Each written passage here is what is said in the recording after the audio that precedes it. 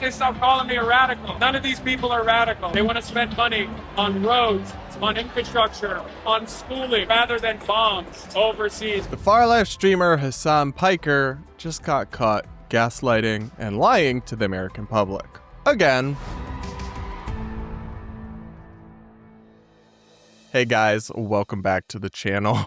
Buckle up, because we're going to talk more about the seismic political news of the day, the big elections that came down last night, the three radical far-left Democratic Socialists of America candidates that Zohran Mamdani embraced and endorsed, succeeded in their primary elections, which means they're now in these deep blue districts. So now that they have the Democratic nomination, they're almost certainly going to become members of Congress. And these are people fully on the DSA ultra-left train and everything that entails. But the socialist streamer and far leftist influencer and kind of media star, Hasan Piker, who's gotten all these glowing media profiles, and just mostly because these thirsty journalists find him sexually attractive, if we're being honest. Anyway, these people have, they've succeeded, but now he is trying to rewrite the narrative here and scold us and say that they're not radical at all. So here is Hasan Piker absolutely gaslighting us. Let's listen. I wish they stopped calling me a terrorist. That's what I wish. I wish they stopped calling me a radical. None of these people are radical. They just want healthcare. They want to end American militarism. They want to spend money on roads, on infrastructure, on schooling, on healthcare rather than bombs overseas, because it seems like for far too long, that's what our focus has been. And not the focus of the American people, but the focus of the American government has been in that direction. We have to put an end to our endless militarism, and we have to focus on ourselves, and we have to heal this nation and repair it. Nice meal. So there's a lot to unpack there. I do love Hasan Piker being like, I wish they would stop calling me a terrorist. Okay, bro, you did say America deserved 9/11. That's a quote you've doubled down on. You have literally said you explicitly support groups like Hezbollah, who are designated terrorist organizations by the United States government. And he's also flirted with or outright supported different forms of political violence, like repeatedly saying on camera a Republican senator should be killed. So I don't like hyperbolic rhetoric or accusations or name calling, but at the very least, he is a terrorist sympathizer. So I'm sorry, am I supposed to break out the tiny violin for you, Hasan, because you are called a terrorist sometimes? I mean, I don't know. I've never been called a terrorist because I never explicitly endorsed designated terror groups. Not to say these accusations or labels don't get incorrectly thrown around, or that people aren't too quick to smear their opponents as like groomers or racists or communists or whatever. But this just isn't that when it comes to you, babe. So maybe sit this one out or stop trying to play the victim, because nobody's buying that. But then I love this idea, because he's at one of these after parties for all these candidates after his people just won big in New York City, right? He's like, stop calling us radicals. We just want healthcare. They're not radical. We just want healthcare. They just want public schools. Yeah, me when I lie. Like me when I just look into a camera, gaslight, and just totally betray any semblance of truth or reality. So, I mean, you can find this with a 5-second Google search, but the Democratic Socialists of America, which these candidates are affiliated with, has a list of public platforms and positions. And they've updated that list recently. But if you just go to their website, you'll find a couple cute little totally normal things. They just want public schools, guys. They just want to fund roads. They just want healthcare. Here's one of those policy positions. Freedom of movement. Allow workers to freely migrate between countries to seek employment without restrictive immigration controls. Demilitarize the border. End all immigration detention and deportations. Immediate amnesty for all immigrants, regardless of current immigration status. And provide access to jobs, labor rights, and social services to all immigrants. Now, that's a little bit in like leftist academic speak. So let me translate that for you, and I'm not mischaracterizing it. What they're saying is they want complete and total open borders, where 100 million people can move to the United States to seek employment, and that is totally fine. A totally demilitarized, insecure border where God knows who can come in and out. We're not deporting or detaining anyone. even criminals who are coming in, or people who come in and commit murder or homicide, or I guess I just repeated myself, or like sexual assault, any of these kinds of things. We're not deporting them. Oh, and we're going to make our ultra expansive, generous welfare state, social services, available to all the immigrants as well. So that is just totally insane utopian thinking that, if actually implemented, would lead to utter chaos and a collapse of American society. But they're just like, yeah, we're going to, so cute. We're just going to freedom of movement, guys. And then some more here. Universal suffrage. Extend full voting rights to people with criminal convictions and non-citizens, and establish statehood for Washington, D.C.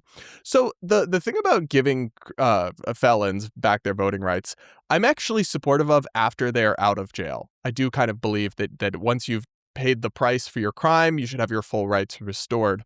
But the key word there, I think they also mean while they're in jail, they should be able to vote, first of all. And then the key word there is non-citizens. They literally think every immigrant, including illegal immigrants in America, should be able to vote, which I guess from their perspective makes sense, kind of, because maybe these people would all just vote for like radical leftists, is their thinking. But it's just so out of touch. Nobody thinks that I know lots of people, progressives, Republicans, independents, moderates in real life. I don't know anyone who thinks illegal immigrants should be able to come and vote in a country that they're not even citizens of. Is there any country in the world that has such a policy? This is what I mean when I say these people are just totally out of touch with reality, just totally disconnected from any semblance of normalcy or sanity whatsoever. Here's another thing. Reduce the power of the Supreme Court. Limit the court's power of judicial review, which it uses to effectively create and abolish laws outside of the legislative process. So what they're saying there is that they don't think the Supreme Court should be able to block unconstitutional laws. Essentially, that's what judicial review is. Their ability to review the constitutionality of laws or policies and issue mandates or orders that force certain policies to be done away with, or to be corrected or changed in different ways to abide by the Constitution. So they're kind of saying the quiet part out loud there. They want to be able to do whatever they want if they can get 51% of the vote in a system where literal murderers in prison and illegal immigrants can vote, and they don't want any checks or balances on their power. Because once again, these are simultaneously, they call them like Democratic Socialists. They're still authoritarians. They don't want a system of checks and balances. They don't want a republic. More from City Journal, who has extensively reported on this. The document commits DSA to scrapping, abolishing, that is, the U.S. Senate, quote, abolishing the carceral forces of the capitalist state, defunding the Department of War, amnesty for all immigrants, and replacing the president and the Supreme Court with an executive and judiciary chosen by and subordinate to Congress. Their platform, which is called Workers Deserve More, has, quote, revolutionary aspirations. It aims to, quote, win the battle for democracy, draft a new constitution, and create a democratic socialist republic. This document makes clear that achieving this vision would require, quote, building a new society from the ground up, accompanied by sweeping structural changes. Yeah, that's, if anything, perhaps an understatement. But abolishing the carceral forces of the capitalist state is again leftist academic speak for abolishing policing and prisons and immigration enforcement and any like semblance of law enforcement. I don't know. Maybe they want to have like restorative justice councils that get together when somebody, I don't know, rapes a woman and is like, well, have you thought about the fact that they're historically marginalized POC and maybe it's poverty that's motivating them, so we just need to give out more wealth? It's like, it's all such ludicrous, pie in the sky nonsense. Any society, and I'm supportive of a fair amount of criminal justice reform or police reform. I certainly think there's lots of problems with our system.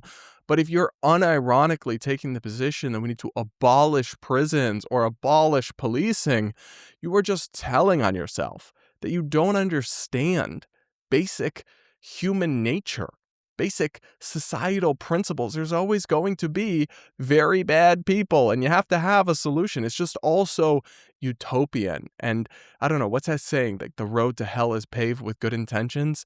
These people might be sweet at heart, kind of. They might genuinely believe that they can have this like rainbows and unicorns society where we just welcome in hordes of millions of immigrants and we have no police and no enforcement and we all kumbaya and there's free for everyone and the local union meeting comes together to decide how the government is going to assign jobs out, and we all maybe we all can have our government ration cards for the food that we get that week. It's like, how is this real life?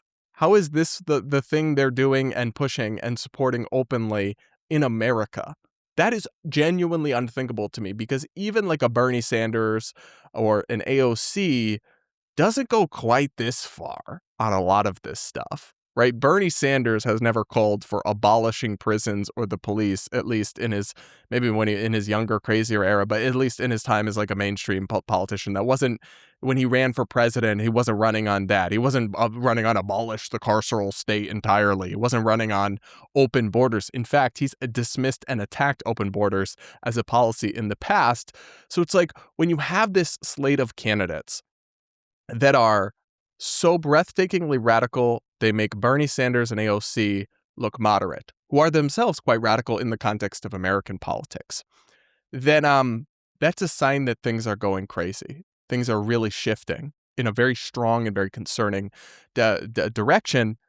And then the audacity, if you're Hasan Piker, audacity is the right word for him, to look us in the eyes and say they're not radical.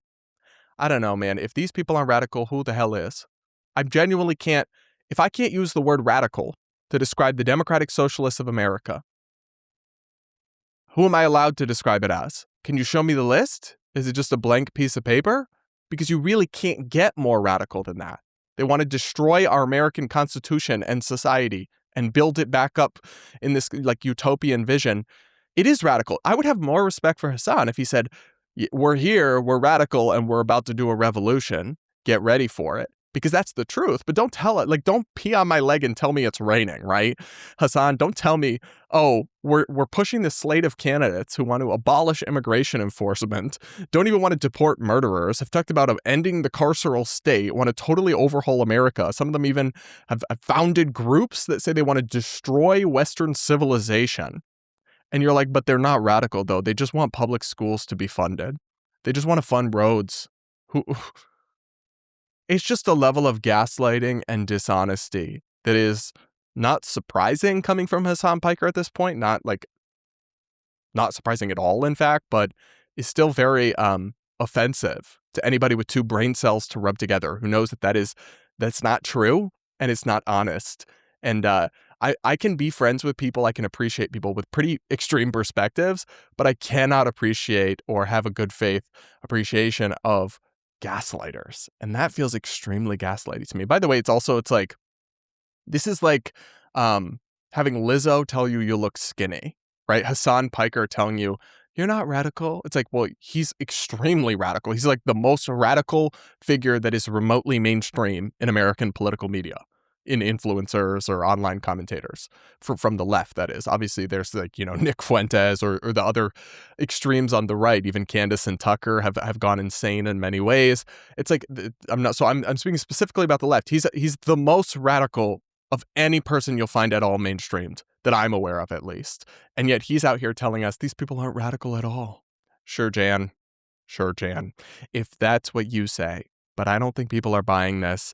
I think maybe you can get primary elections with relatively low turnout in these fringe blue districts, can put up these candidates, but the American people at large are going to see all of this. It's going to become tied to the Democrats. This is going to be an albatross hanging around their neck, and it's not going to go well for them because this is insane. That's just my take. I don't know. You guys will have to let me know what you think in the comments below. Do make sure you're subscribed if you aren't yet, and we'll be back with more real soon.